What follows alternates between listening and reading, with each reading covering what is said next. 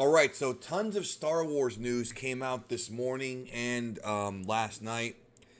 The thing is about shows like The Mandalorian is if you can't watch them when they air or in the first 24 hours of when they air, you might want to stay off the internet for a very, very long time because stuff is going to get spoiled, stuff's going to get announced. You literally cannot avoid it. That's just the reality of the world now.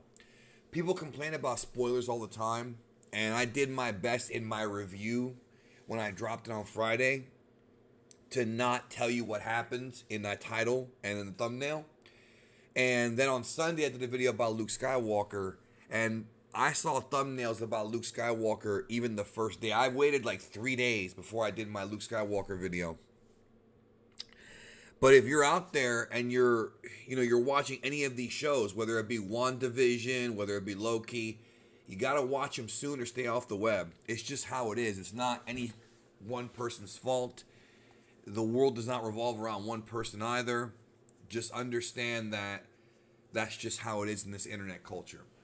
So a couple of big announcements. Jon Favreau this morning was on a talk show, revealed that Mandalorian Season 3 will begin production after the Book of Boba Fett. He announced that the Book of Boba Fett is going to be a separate show, like a spin-off of The Mandalorian, and it will be airing December of 2021. But it's not the same show. There were people saying that, oh, this show is going to, it's season 3. It's not season 3. Book of Boba Fett will be airing at that point, December 2021. And then The Mandalorian will begin shooting for 2022, season 3. I did hear that The Mandalorian season 3 is going to have a time skip. There will be a time skip. I don't know how long of a time skip, but there will be a time skip. It won't just pick up where they left off. Maybe the first episode will, but we have a lot of unresolved conflicts here with Gideon being captured, which may go somewhere, it may not. The Darksaber, and of course, Mando and Bo-Katan eventually freeing Mandalore. That's going to be the storyline focus of season 3. Before then, the Book of Boba Fett's going to air, and it's going to be about Boba Fett on Tatooine. That's very exciting. The other big news from Fandom Wire, Luke Skywalker series in development at Disney Plus, exclusive. We've been talking about this, and I've been talking about how I would love to see a Luke Skywalker series with Grogu.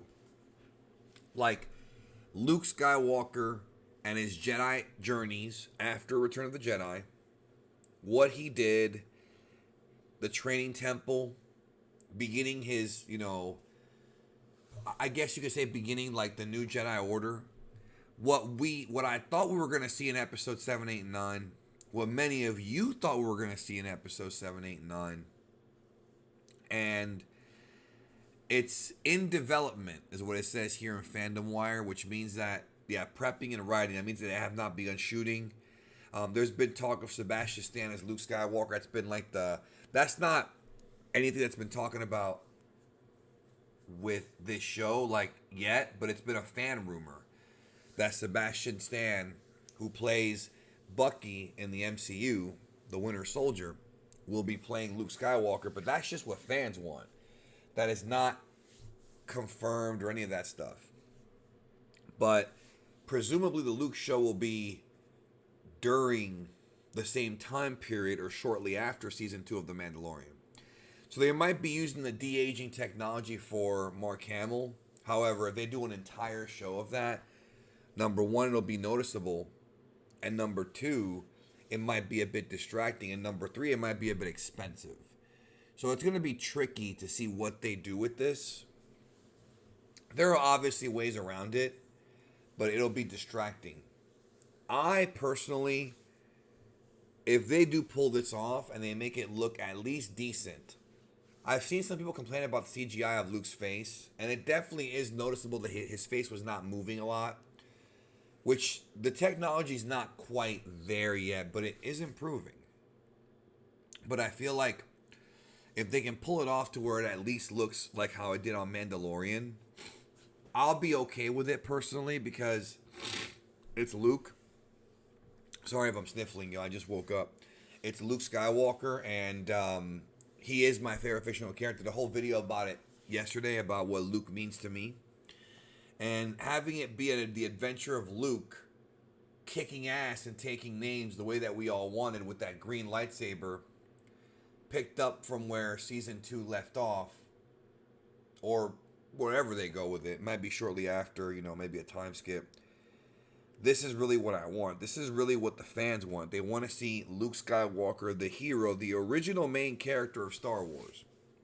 Before the prequels, before the sequels, this was Luke Skywalker's story. George Lucas might want to retcon it into being the rise and fall of Anakin Skywalker. That's fine if you have all 6 films, but the original 3 Star Wars films, the ones that put the foundation of this entire franchise, it was Luke Skywalker's story. And we all love Luke. So, he talks about the name being considered, but personally, I like Sebastian Stan, but he does not sound like Mark Hamill. And they could always do dubbing for it, but either way, it'll be tricky.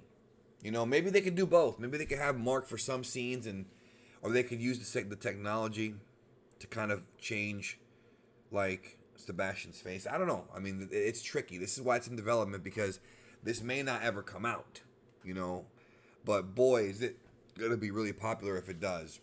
And they're talking about the other shows they have planned, the Acolyte series, the Obi-Wan Kenobi series, the Cassian Andor series, Boba Fett, and the Rebels, or the New Republic show with Cara Dune, and of course the new Boba Fett show. So there's a lot of stuff coming out.